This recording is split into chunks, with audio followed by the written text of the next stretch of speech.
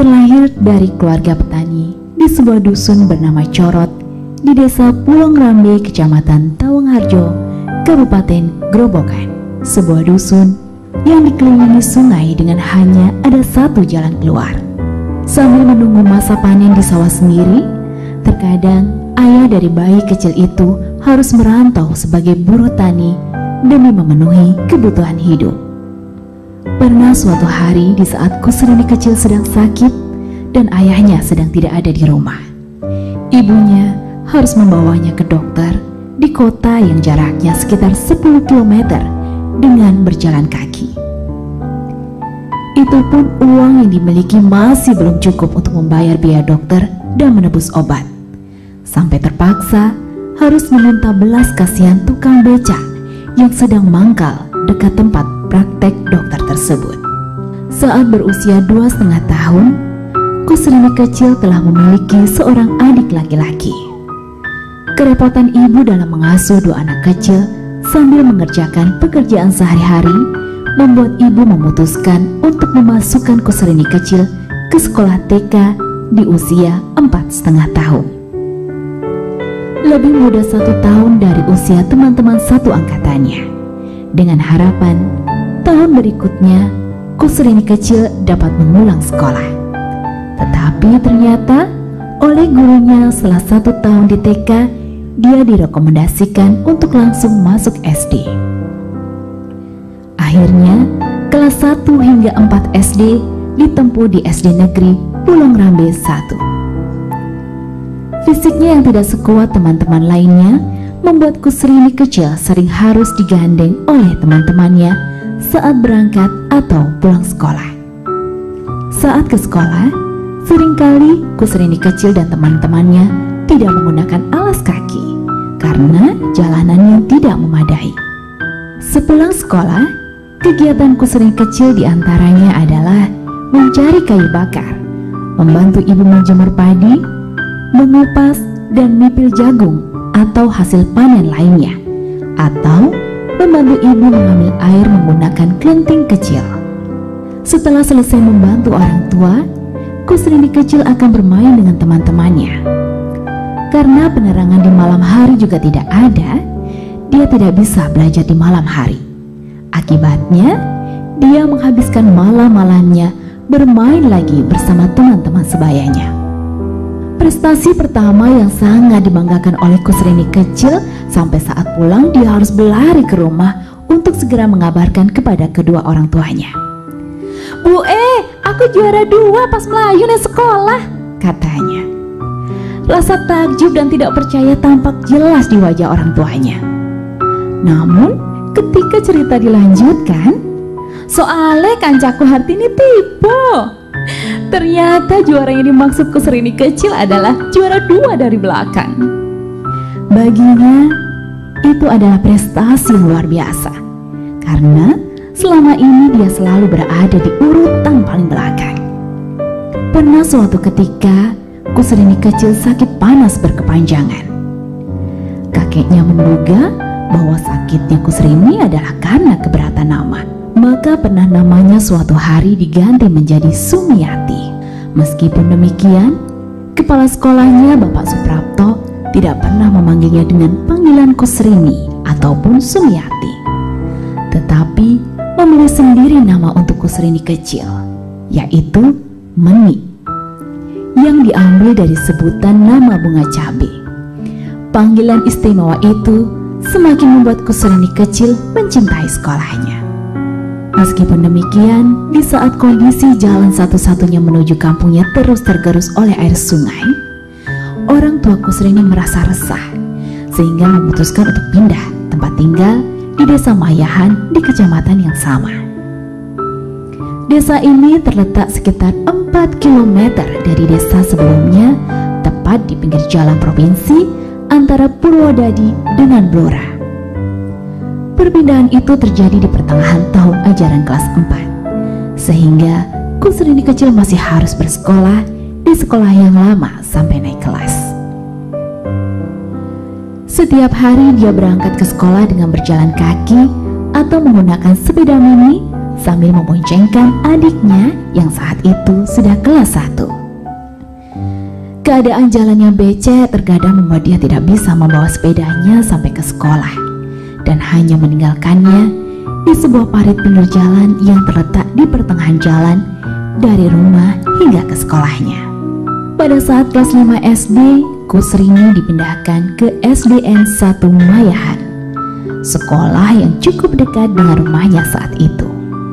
Hari pertama sekolah di SD ini, saat upacara bendera dia diperkenalkan oleh kepala sekolahnya, almarhum Bapak Wiknyau. Hari itu, Kusrini kecil merasa sangat beruntung. Dia berasa seperti artis, bisa dikenal oleh semua guru dan murid, dikenal sebagai orang baru. Mereka tidak tahu bagaimana latar belakangnya sebelumnya. Apakah dia anak yang pintar atau sebaliknya? Apakah dia anak yang pemberani atau sebaliknya? Dan saat itu di hati kecil Kusrini, dia bertekad untuk menjadi orang yang jauh lebih baik dari sebelumnya. Hari itu adalah hari pertama dia membangun citra diri untuk membuat orang lain memandang dia sebagai anak yang pintar, baik, dan pemberani. Salah satu cara untuk membuat dia diakui keberadaannya adalah dengan menerima tantangan sebagai sekretaris kelas. Dalam berbagai kesempatan, dia membantu guru di kelasnya untuk mencatatkan materi pelajaran di papan tulis. Terkadang, dia akan mengatur agar bisa bergantian dengan teman-temannya, sehingga punya kesempatan mencatat juga di buku tulisnya sendiri. Namun suatu waktu dia memilih menyelesaikan tugas itu sendiri. Dengan demikian, dia tidak berkesempatan mencatat untuk dirinya sendiri. Dengan alasan tersebut, dia memberanikan diri meminjam buku kepada gurunya. Betapa bahagianya Kusrini kecil yang tidak memiliki satu buku paket pun di rumah bisa membawa buku tersebut. Ini semua di buku catatannya. Alhasil, dia memiliki catatan yang lebih lengkap dari teman-temannya. Pada saat gurunya menjelaskan bagian terkait, dia sudah membaca lebih dahulu, sehingga hal ini membuat dia dianggap sebagai anak yang pintar. Ketika kemampuannya diakui, Kusrini kecil tidak segera berpuas diri, tetapi terus belajar.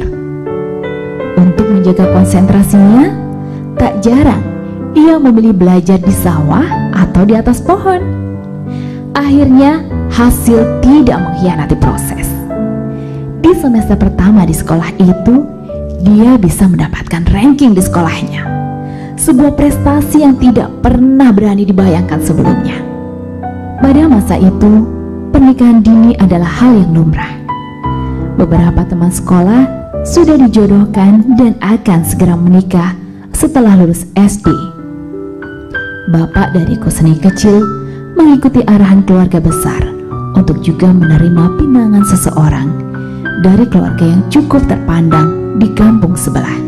Saat itu Kusrini yang belum paham apa itu cita-cita, apa itu kehidupan rumah tangga, tidak serta-merta menolak perjodohan itu.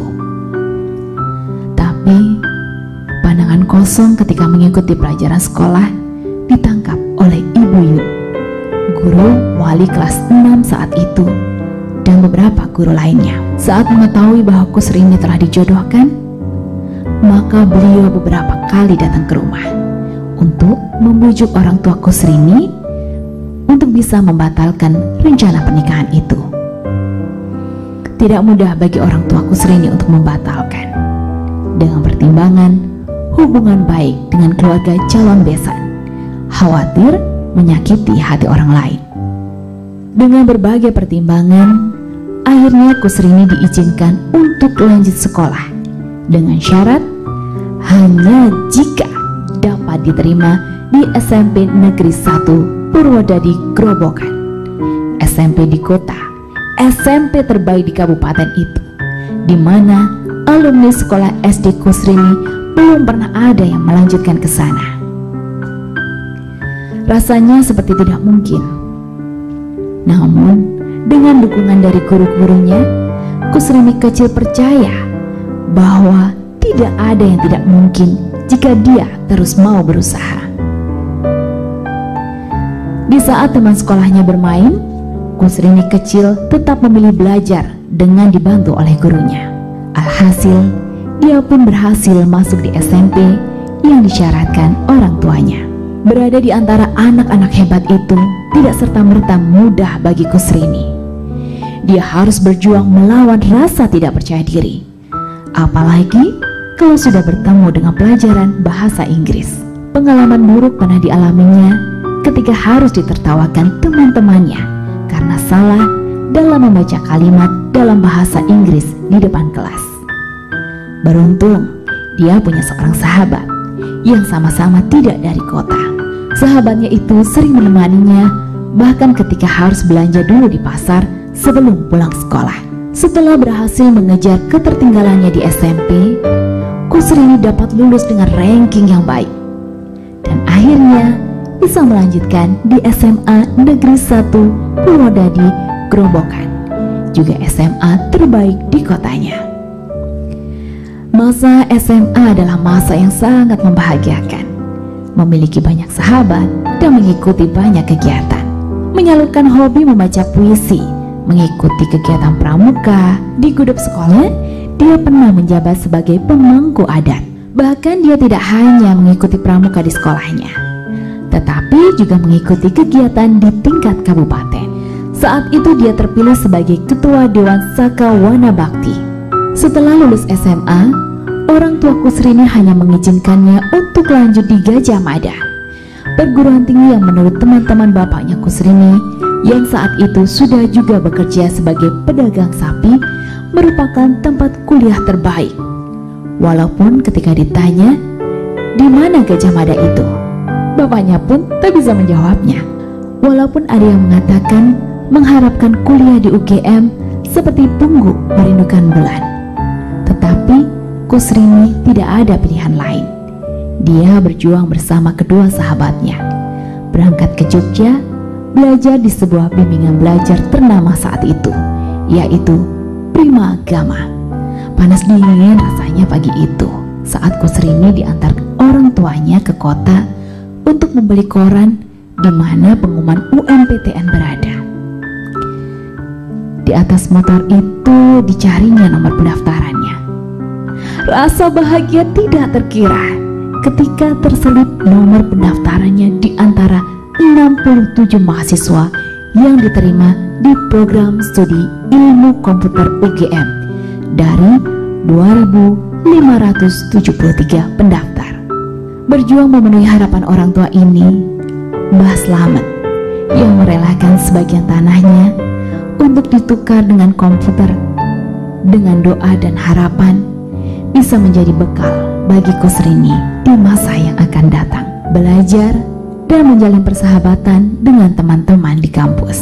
Dengan bahasa Inggris yang masih terbata-bata, nekat bergabung dalam kepanitiaan International Conference, membantu dosen di FMIPA UGM. Dengan Kiku, ikut belajar menjadi asisten dalam sebuah pelatihan besar untuk membangun sistem informasi geografis untuk pegawai-pegawai instansi ternama.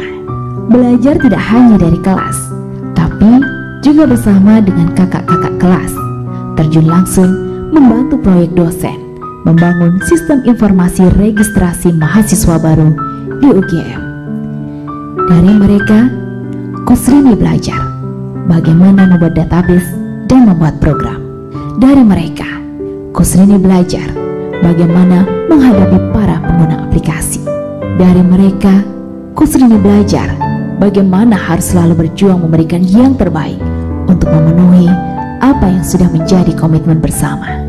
Escape, sebuah tim dengan 3 anggota, bersama berjuang membuat sebuah sistem informasi perpustakaan yang digunakan di UGM. Belajar menghadapi tantangan untuk menyelesaikan hibah PKM dari Dikti di bawah bimbingan Bapak Dr. Andes Ritantio Wardoyo, MSc, PhD. Merayakan kebahagiaan saat wisuda bersama keluarga miring di ballroom UGM ini, Kusrini mencoba mengawali sebuah cerita baru. Bersama mencoba belajar menjadi seorang pengusaha.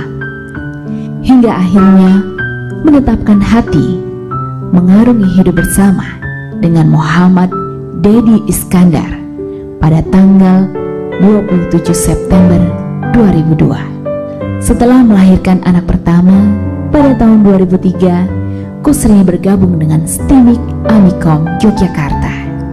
Berkesempatan mengaji pertama di bawah bimbingan Bapak Rum Muhammad Andri Kristianto MKom dan mendapatkan kesempatan studi lanjut dengan beasiswa dari BPPS pada tahun 2004. Dengan dorongan dari Bapak Heri Sismoro MKom dan Bapak Agung Pamudi ST, Kusrini mencoba menorehkan prestasi pertama kalinya di Amikom dengan mengikuti ADOK Award di Taiwan.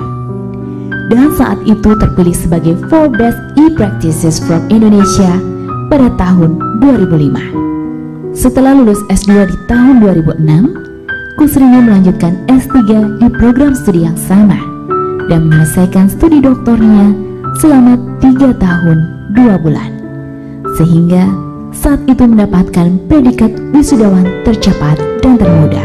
Selesai studi S3, Ibu Kusrini di bawah bimbingan Bapak Dr. Abidarin Rosidi MA belajar bagaimana mengelola mahasiswa pasca sarjana saat diamanahi sebagai Wakil Direktur Pasca Sarjana Bidang Kemahasiswaan dan Alumni, memperjuangkan akreditasi, belajar bagaimana bekerja sama dengan dosen, bersinergi bersama dengan teman pengelola dan tenaga kependidikan, mengantarkan mahasiswa mendapatkan prestasi dan gelar yang diimpikannya, bersama-sama membuat jejak kebaikan bagi generasi selanjutnya, belajar berkolaborasi dengan dosen dan pengelola perguruan tinggi lain, menjadi Sekretaris Jenderal Cooperation Research Inter-University (KORIS), Ketua Bidang Kerjasama Dalam Negeri dan Luar Negeri Indonesian Computer Electronics and Instrumentation Support Society (INDOSAIS), Koordinator PJJ dan MOOC Aptikom,